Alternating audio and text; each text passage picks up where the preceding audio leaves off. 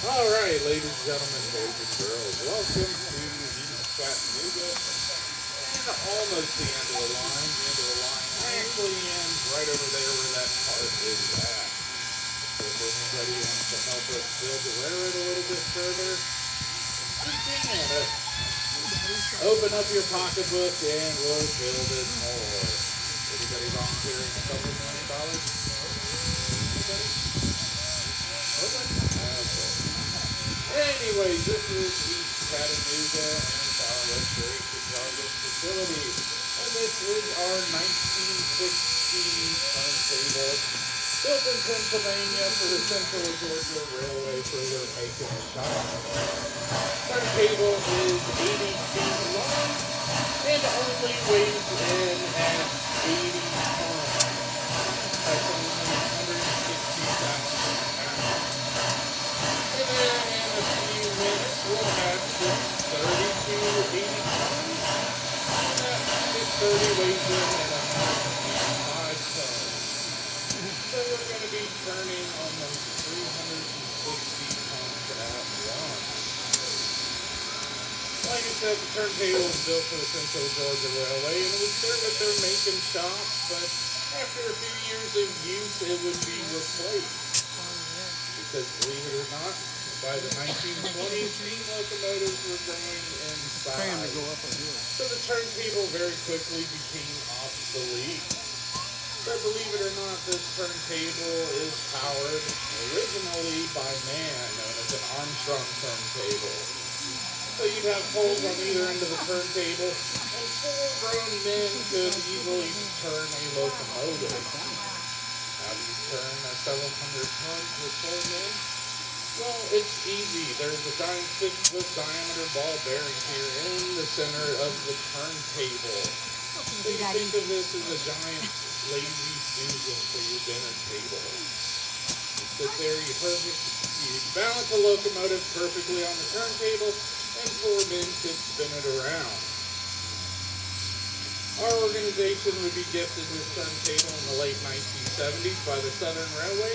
We'd install it here in 1982, and it's been turning equipment here ever since. Mr. Jonathan is ready. We'll bring 630 onto the table.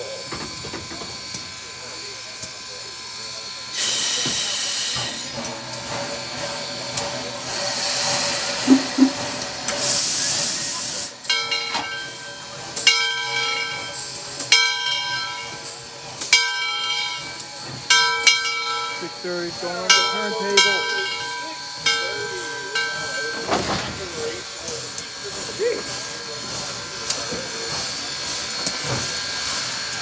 630 was built in 1904 by Alco, American Locomotive. It was built for the Southern Railway and primarily operated in eastern Tennessee and western North Carolina up until the early 1950s when Southern would dieselize and 630 would be purchased by a short line railroad in the same region.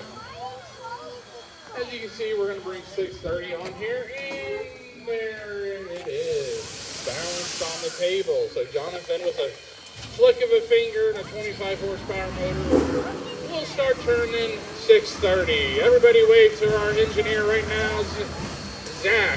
And then on the other side, you'll see our fireman, Andrew. Everybody say happy birthday to Zach. Happy birthday, Zach. It is a running joke around here. So, anyways, 630 is a 280 locomotive, meaning 2 pilot wheels and 8 driving wheels. And it would serve that short line for a few years, and then in a twist of irony, Southern Railway would purchase back this locomotive in the early 1960s. Why would they do that? Well, at that time, Southern Railway developed a PR program running steam excursions, so 630 would be picked up and restored to service and operate on the early Southern steam excursion programs in the 60s and the 70s. So now as we spin around, we're going to line up with track 2 so we can run 630 down to the other end of the train, where my trainman Jason will tie it on to the other end, and then we'll be ready to go back to Grand Junction after our shop tour.